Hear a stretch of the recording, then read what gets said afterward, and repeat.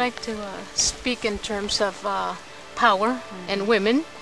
And I kind of would like to talk about two mythologies from my country as related to the women from where I come from.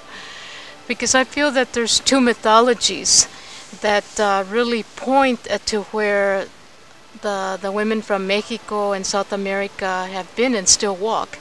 I talk a lot in my work about La Virgen de Guadalupe. And this was a tremendous young woman that came forward when the Españoles came.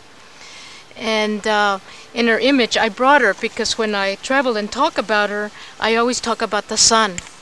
And the sun is Huitzilopochtli, and he's male. He's the old form. He's the patriarch, the one that sacrificed. And then what she stands on is the moon.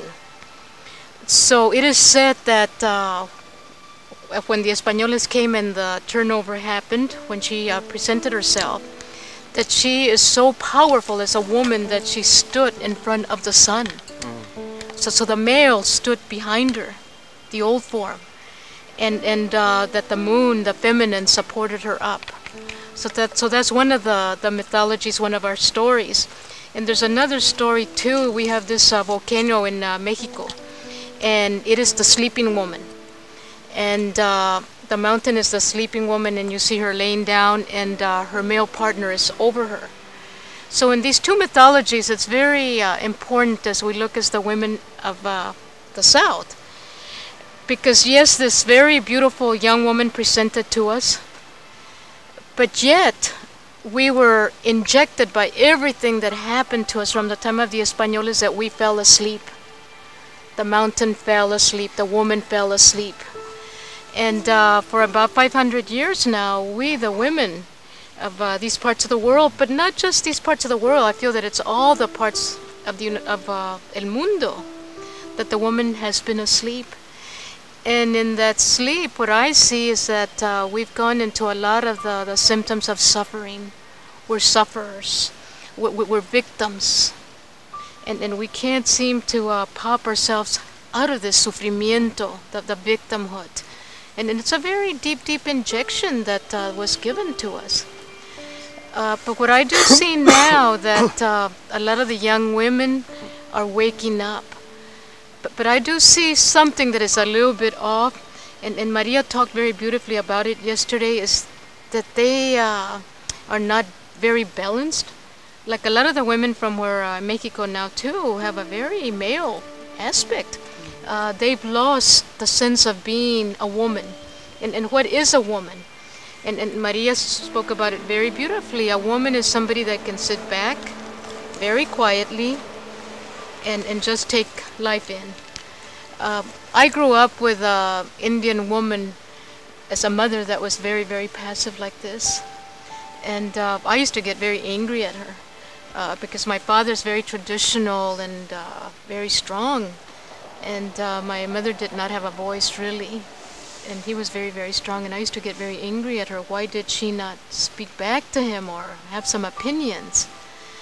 But in a sense, now that I'm older, I see that she was just perfect in what she was doing, because that really is the true form of being una mujer with dignity, integrity, because she's very wise. So anyways, I really do believe that now, yes, a lot of the young people are stepping forward, the young women, but I think what the next step is to recapture that sense of what truly is a woman. Like in my country, it's really funny because we have this thing about the long hair. Mm-hmm. And we just don't grow our hair just to grow it. Mm-hmm. That there's two reasons why we have long hair. You know, we say that women that cut their hair have a lot of male energy. Okay? So we grow our hair first because we braid our hair because they are our roots of the woman to go into the Mother Earth, la raíz. And we're connected with the Madre Tierra, and we're in wisdom with her.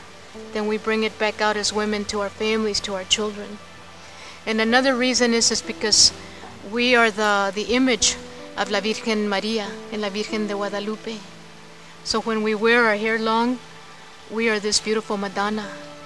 We are that perfection of this being that is so feminine. We are the moon.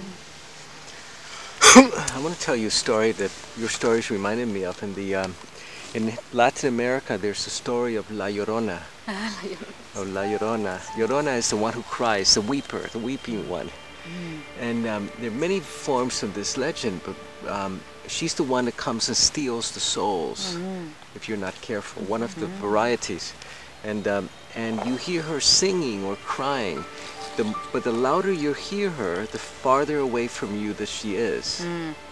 So if you hear her and begin following her, there's a chance that you will stray and get lost. The farther you hear her, the closer she is to you. So it's the reverse of what we think. And people believe that she comes to take your soul away. But in reality, it's the feminine calling to you, to take you back to your soul.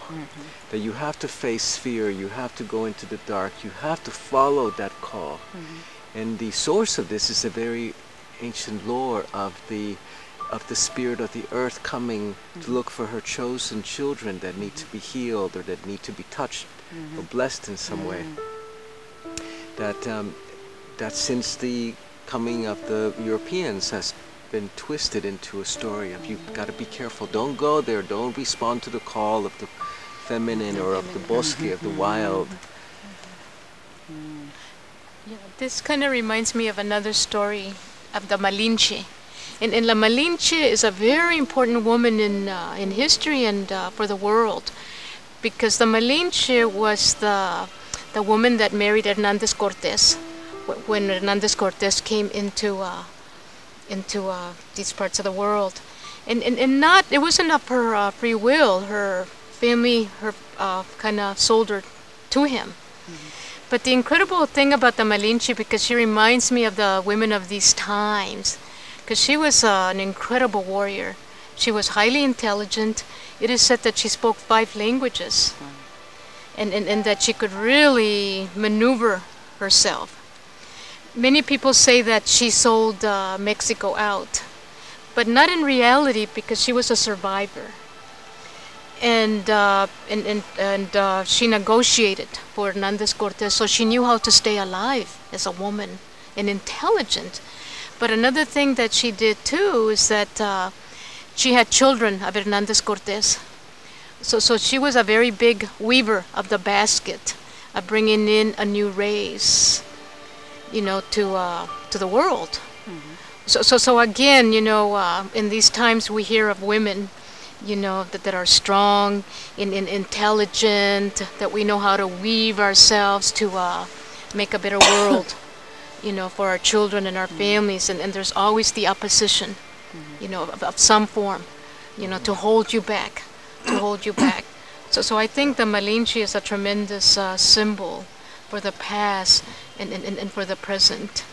And it's so beautiful, because in those times too, you see her where Hernandez Cortez would let her ride the horses. So she was like this wild woman, Indian woman riding, and she had the military forces of Hernandez Cortez. Yeah, so this is a very beautiful story of La Malinche.